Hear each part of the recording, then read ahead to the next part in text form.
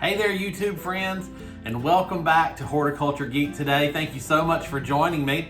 Today I'm sitting here in the kitchen because I got a seed order in, and I thought it'd be fun to open the seeds with you and show you what I have picked out for this season.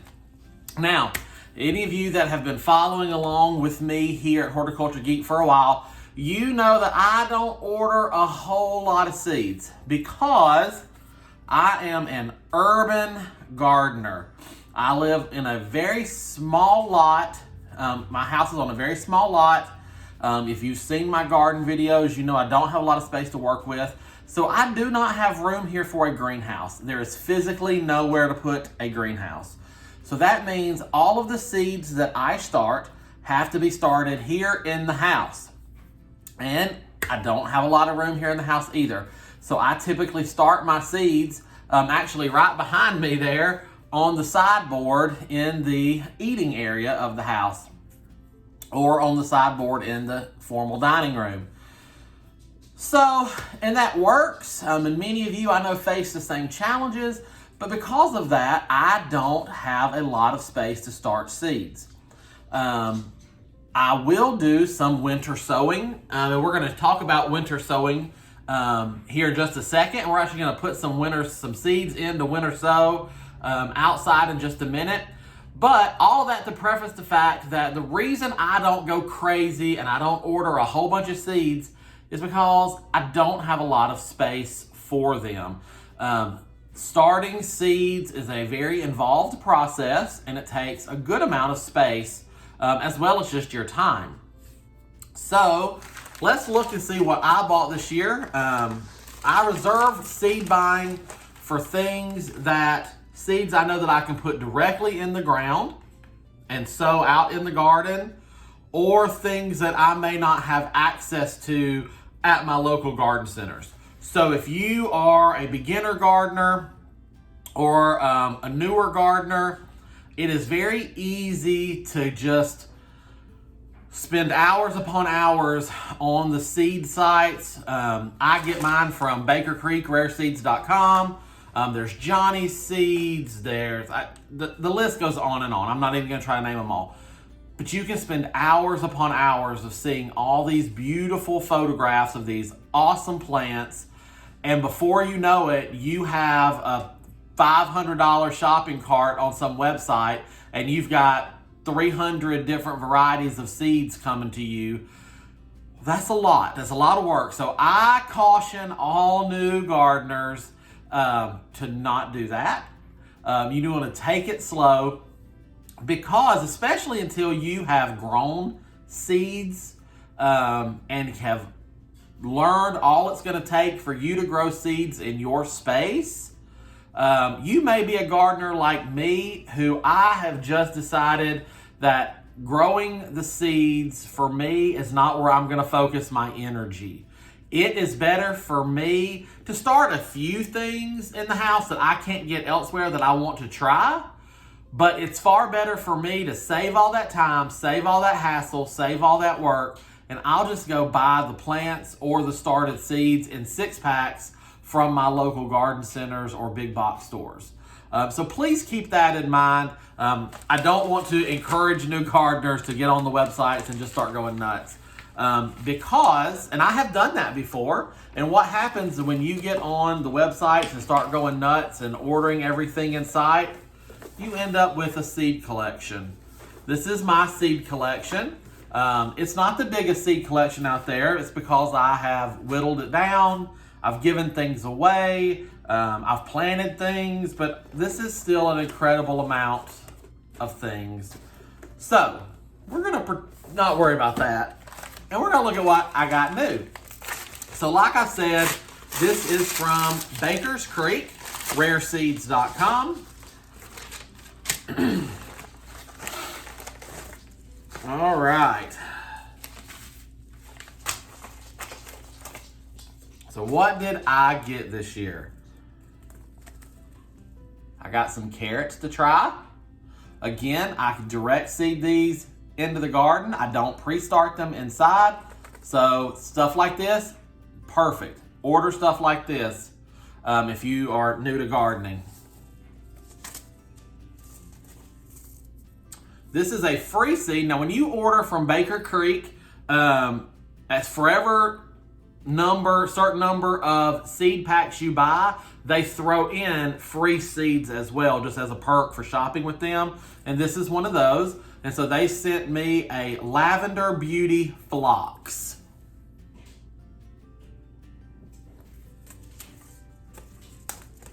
All right. This one I ordered is a double-decker echinacea, or a coneflower. And again, coneflowers are pretty readily available at big box stores or garden centers, but some of these newer or more obscure varieties you're not going to find. Everybody can find a red coneflower, a purple coneflower, and a yellow coneflower at their garden centers and big box stores. But this is a pinky purple pastel double layered echinacea. So it has your traditional echinacea seed head that's surrounded by flowers, but then at the top of the seed head, it also spits out another flower. So here, look at that. So you can kind of see how that's going on. So something like this, you're not going to find at your normal garden center big box store per se. So that's why I ordered that. Okay.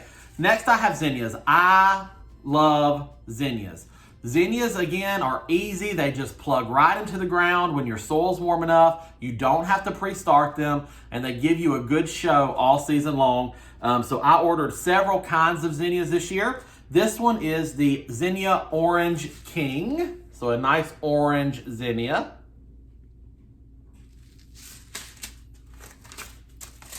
This is Zenia Pink Senorita.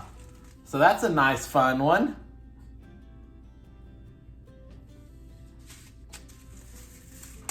Here we have one of my favorites is Purple Prince. Purple Prince is just a standard zinnia. It comes in most zinnia mixed packs, but it is a showstopper. There's a reason that this one is in most mixed packs of zinnias that you can buy, because it's just a showstopper. It's beautiful. And this one is Canary Bird, because you can't go wrong with a beautiful yellow.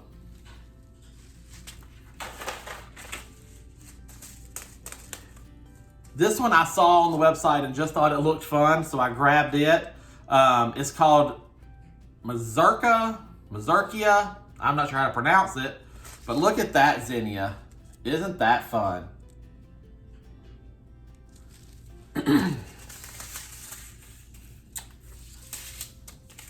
And I also have here the Queen Lime Red zinnia. Now this is just a stunning zinnia. There is a whole Queen Lime series. So you can get Queen Lime Red, Queen Lime Purple, Queen Lime Green, Queen Lime whatever. But the red, just really something about it stood out to me, and I really wanted to try it.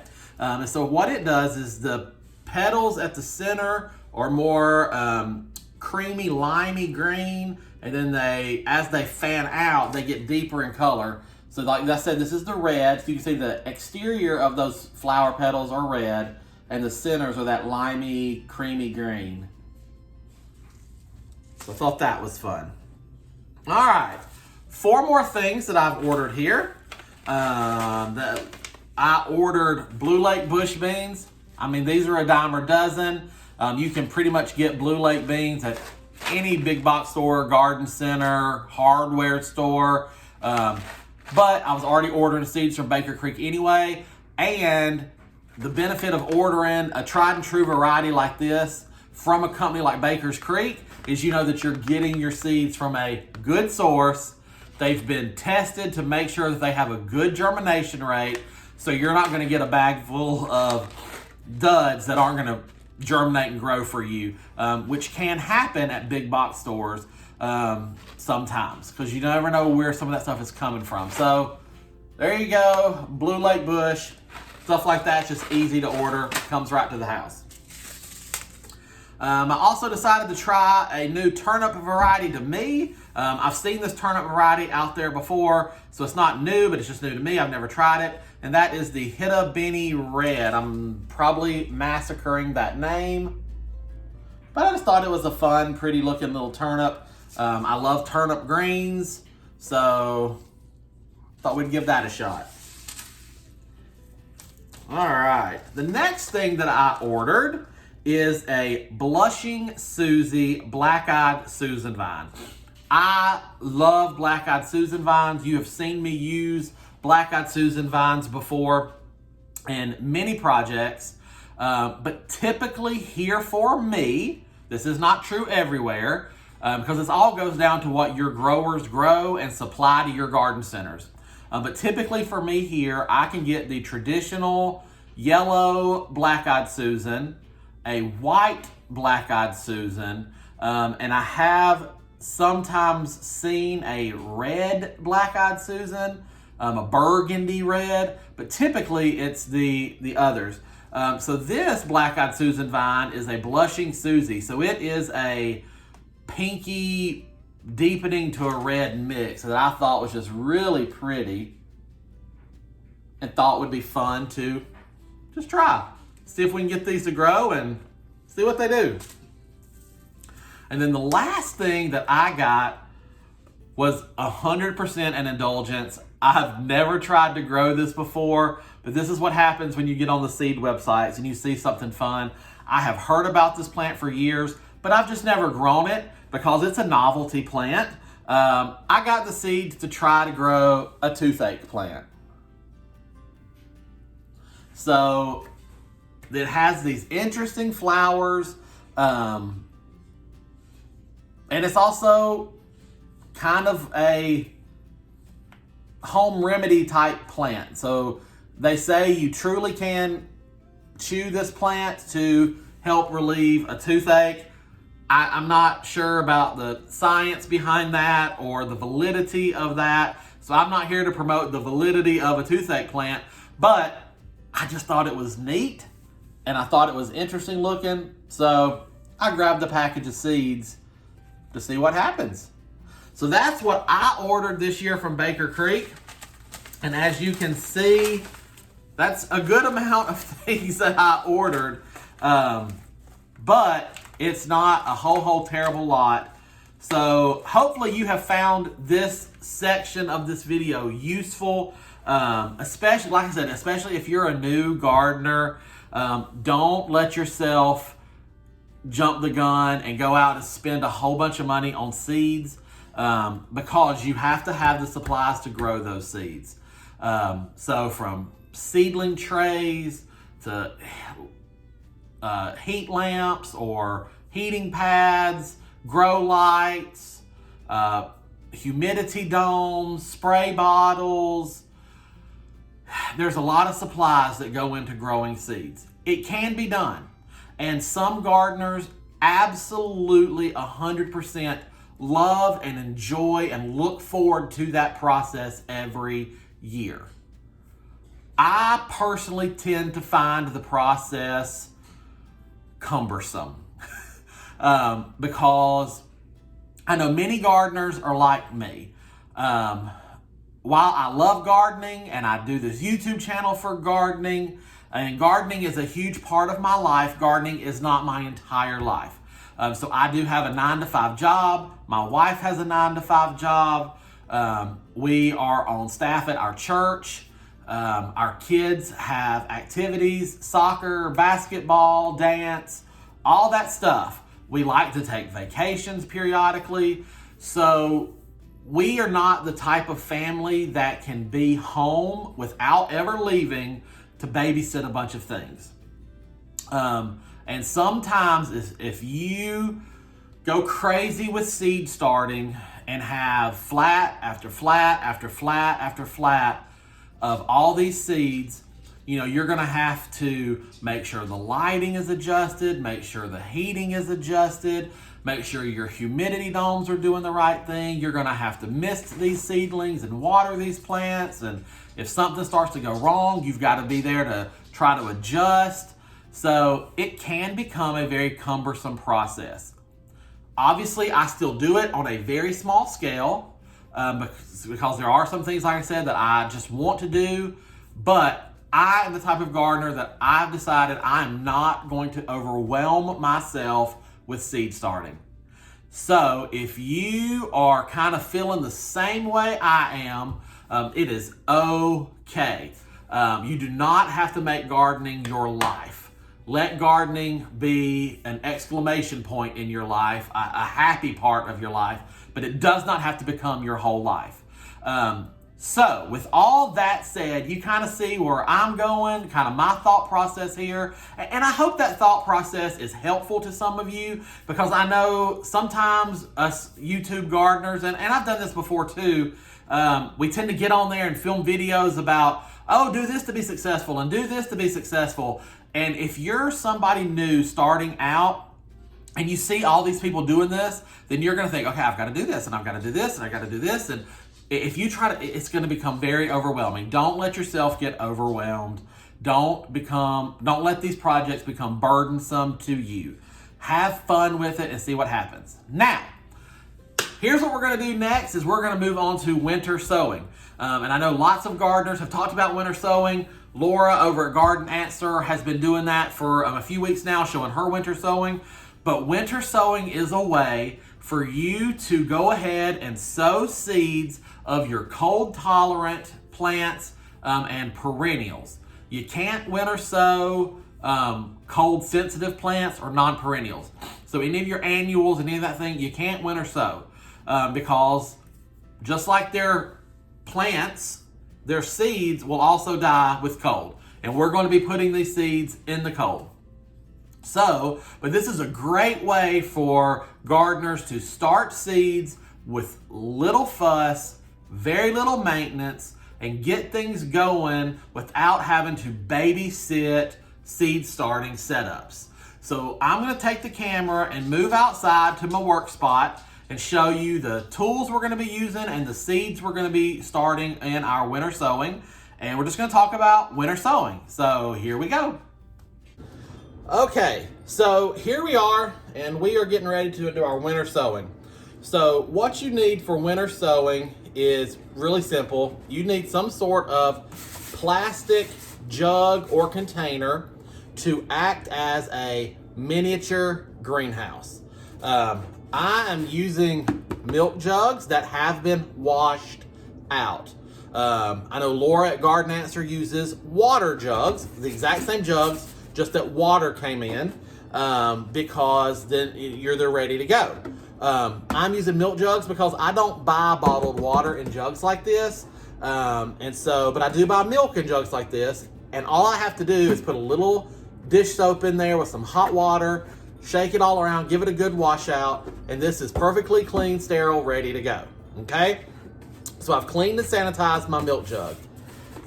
You can also use like a juice bottle. So you can see here, this was an old lemonade bottle. It's the same concept. This is obviously smaller, so I'm not going to get very many seeds in this, but it's totally fine to use this. So once you've established and saved up some bottles, how do you prepare your bottle?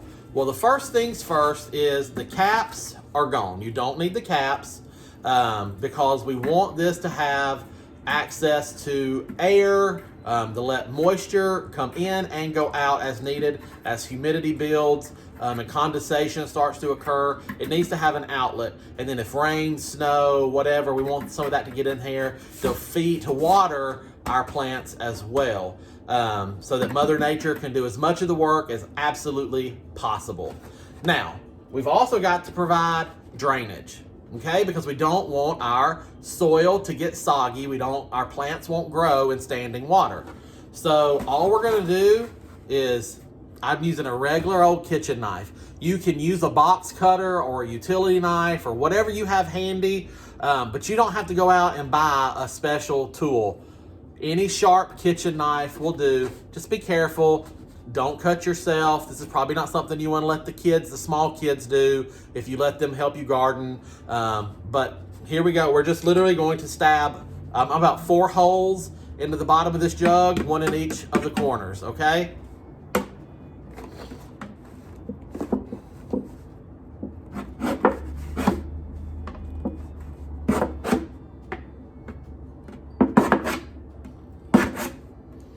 All right. So you saw me do that, so I've got 4 holes so water can ooze out.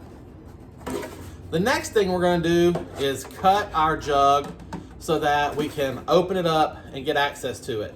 And this is what you're gonna do, typically with a milk jug shaped like this, is we're gonna let the handle part here be our hinge.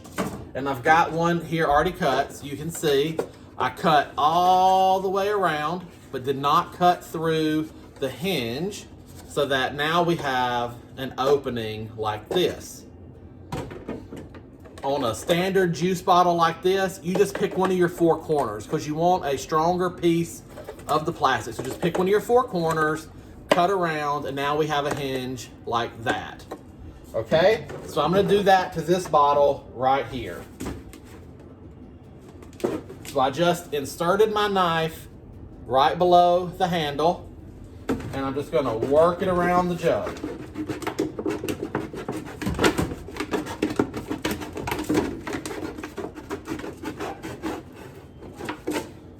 And I stopped right under the handle, and now I have a jug that is hinged. So that's that part of the process done.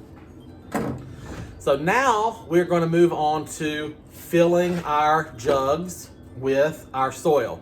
Now we are going to use a seed starting soil mix for this. You need a light, fluffy soil that's not dense, not heavy, that's going to be well draining, but still provide supportive nutrients to your seeds and therefore your plants. I'm happen to use, sorry, I've got tape on it where I had it closed up before. But this is a burpee bag. Espoma makes potting mix. Johnny's makes potting mix. Scott's makes potting mix. You can find seed starting mix from all the major brands anywhere. So it doesn't matter what brand, as long as it is a seed starting mix, and it will say seed starting. So all I'm gonna do is, I've got a big bowl. I'm gonna dump this soil into my bowl.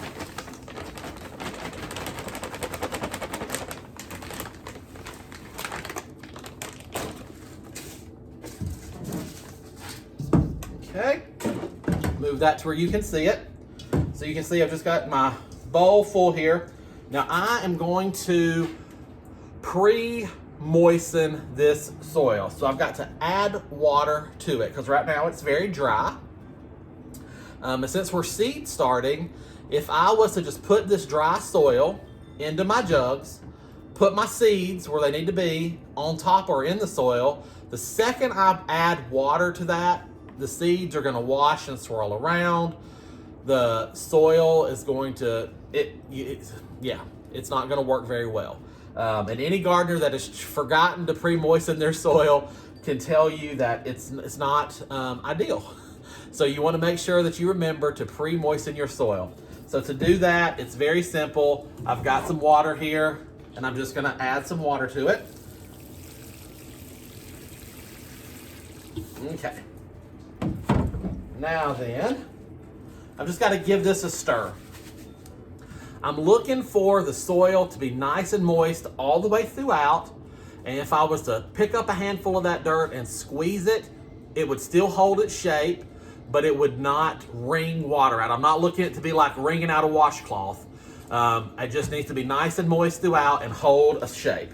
So let's work this water into this soil, and it's gonna take a lot more water than what I've got here, but that was just a good starting spot.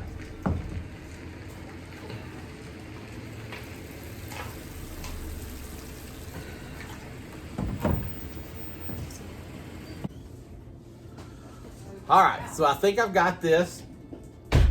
So like I said, I've got a handful of dirt. So all I'm gonna do is squeeze it. And there's no water coming out of that. There's no water running, but see, it's kind of holding its shape. It's forming together into a clump. So that's exactly what I'm looking for. The soil is moist enough that it will clump together, but it's not drippy, sopping, wringing out a washcloth wet. So now then, I'm just gonna take my jugs and get some soil into these jugs.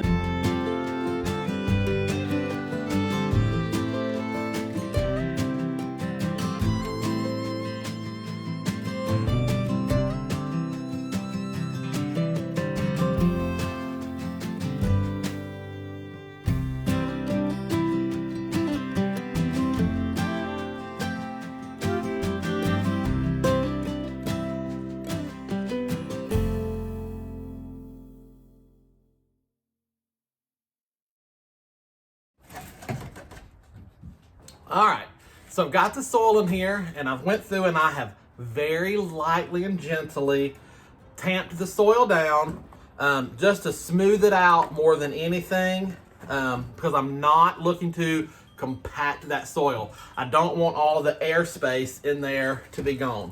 I just want a nice smooth surface. All right, let me get this dirty glove off.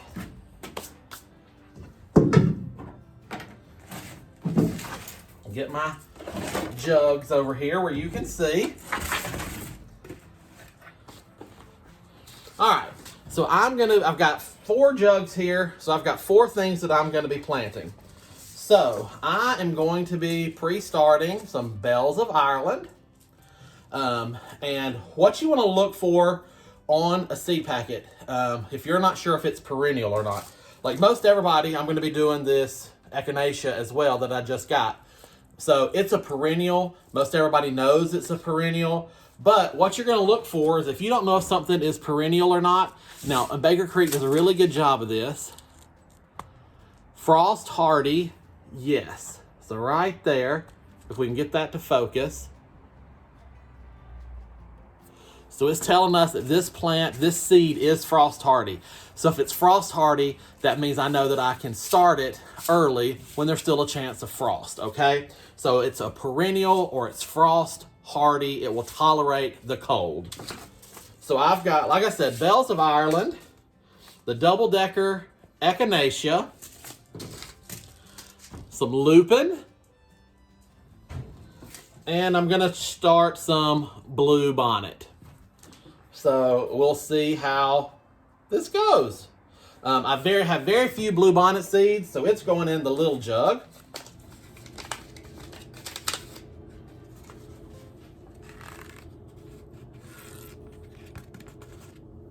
So I only had 3 seeds in here. I've tried it before. So I'm just gonna take those and plop them in here around the jug. Let me bring you in for a close look. Hang on. All right, so you can see I've got a seed there, and that one kind of fell, but there's a seed right there. So all I did was I just kind of envisioned a center point and then just did thirds. And so this is a third, this is a third, and this is a third. So I evenly split it. So over here, I'm gonna do kind of fourths with a center. So I'm gonna, make a line in my mind, So I'll do seed, seed, seed, seed, and then center, because there'll be enough room. So that's what we're shooting for. All right, and so then you see this seed right here. I'm just gonna go ahead and pop him down and cover him up very lightly. Very lightly. All right, let me get the rest of these seeds put in, and then we'll talk about the next step.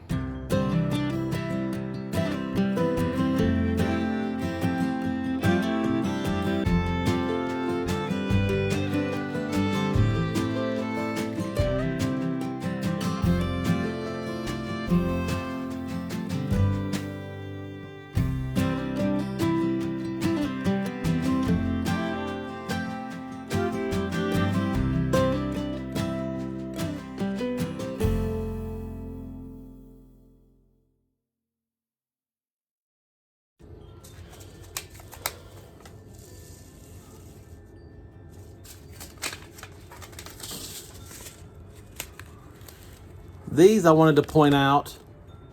It's so hard to focus. I know, I'm sorry. These are surface sow. So these you do not push in the ground. So you want to keep looking at your seed packets and they'll tell you. Like the Echinacea was 1/8 inch deep. So I barely pushed those into the soil, covered them over very lightly. These I'm literally just going to put on top of the soil, give them a little pat to make sure they've made contact with the soil, and that's it.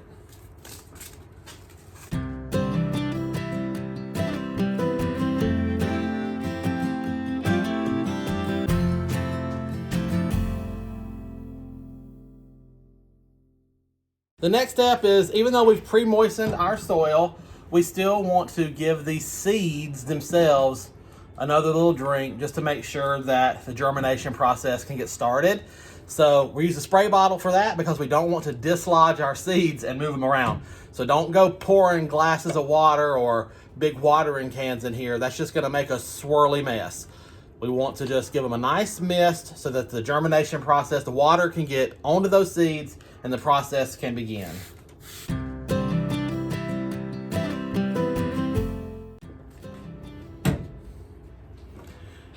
All right, the last step is to close up the jugs and label them, and that's gonna be the same step. We're just gonna use regular old duct tape. It holds well, it adheres well, it's gonna stay well, and we can write on it. So, all I'm gonna do is write the name of the plant on a piece of duct tape and then seal the thing up. So here we go.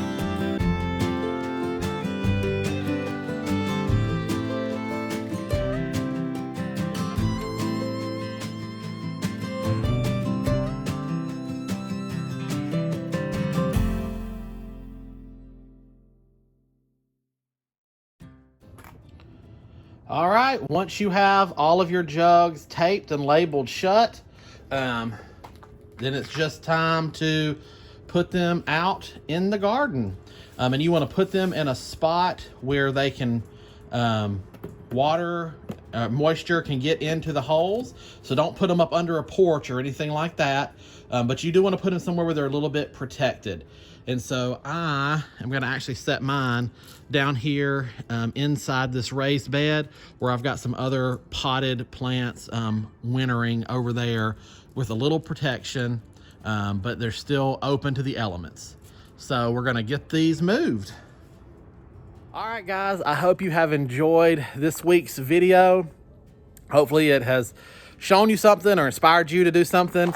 Like I said, don't let yourself get stressed out with seed starting, especially if you're a new gardener. It is such an easy trap to get in.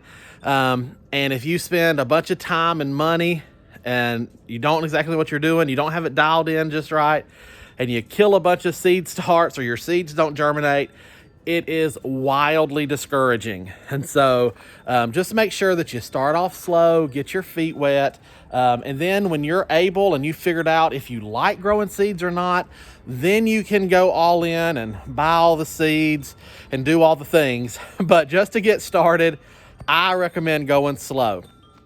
And then like the winter sowing method, it's nice, it's easy, it's simple. You have very little into it. So it's not a huge investment.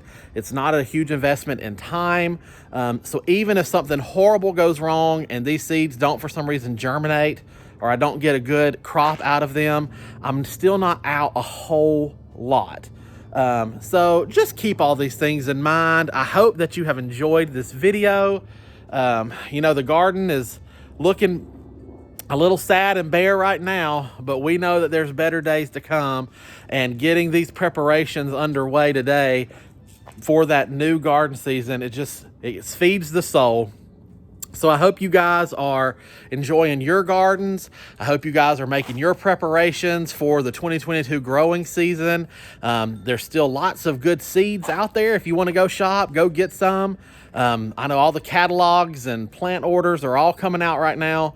So do your shopping, do your planning, do your dreaming, and then hopefully this 2022 garden season will be glorious and successful for you. That's my hope. and desire for all of you out there is that you all have as much fun in the garden as I do.